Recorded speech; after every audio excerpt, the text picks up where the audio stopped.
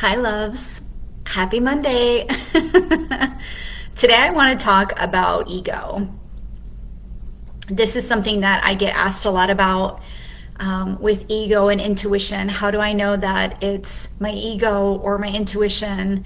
And first of all, ego is part of our conscious world. So it is part of the piece of us in our mind that helps us to interpret life, that has stories imprinted in it.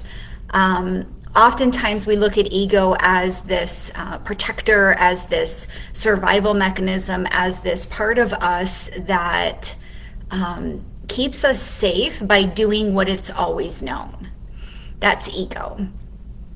And so, one shift that I want to offer here is that when I started tuning into the superconscious world and intuition, I used to shame ego. I used to say, because this was part of corporate Kristen, and I used to say that if it had anything to do with ego, that it was really limiting, based in fear and survival based, and I wanted nothing to do with it.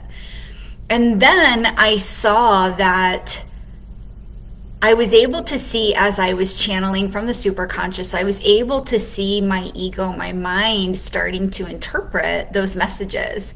My ego is what allows me, my conscious mind is actually what allows me to interpret the energy that I feel in a way that people understand. So it's actually a really beautiful shift in the way that we start to use the conscious mind in our world. And at some point, I do want to do a video on the layers of consciousness, which is conscious, superconscious, and subconscious, and living in all three realms. But for today, I really want to focus on ego. So a lot of people, as they start tuning into intuition, get frustrated by ego, and when it comes up and, oh, my ego is present and I need to release my ego before I can feel my intuition. And what I want to invite you to think about is that when the ego is present, it is a sign of growth. So our ego doesn't come up unless we are moving and expanding beyond what we've known. And that's really beautiful, actually, because it indicates to us that we are evolving. And that's important as a part of humanity, right? And so rather than shame it, take it as a sign of growth here. And also, another perspective I want to offer here is from the book called Living Untethered by Michael Singer.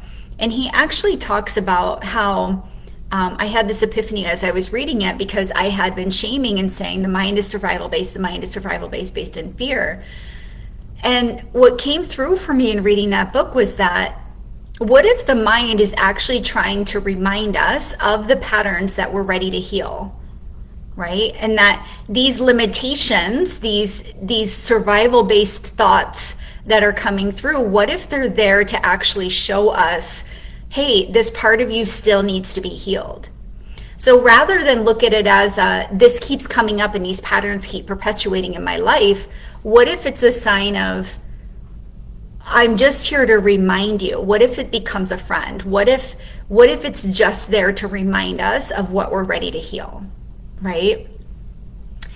So that's another shift there.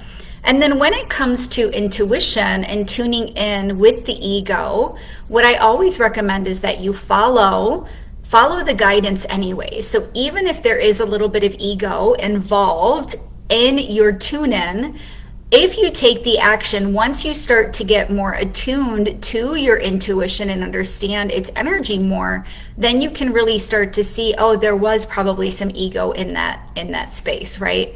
But if we don't follow through and take that action, then we will get stuck in the land of ego and not moving. Right? So we have to follow through and take action in order to understand and be able to really be able to interpret, this is my ego and this is my intuition. It is through our action that we gain comfort with that frequency, and we can really understand it a lot better. What else do I want to say about ego? I think that's it. Actually, this is going to be a quick video today. So if you have other questions about ego, I would love to hear them.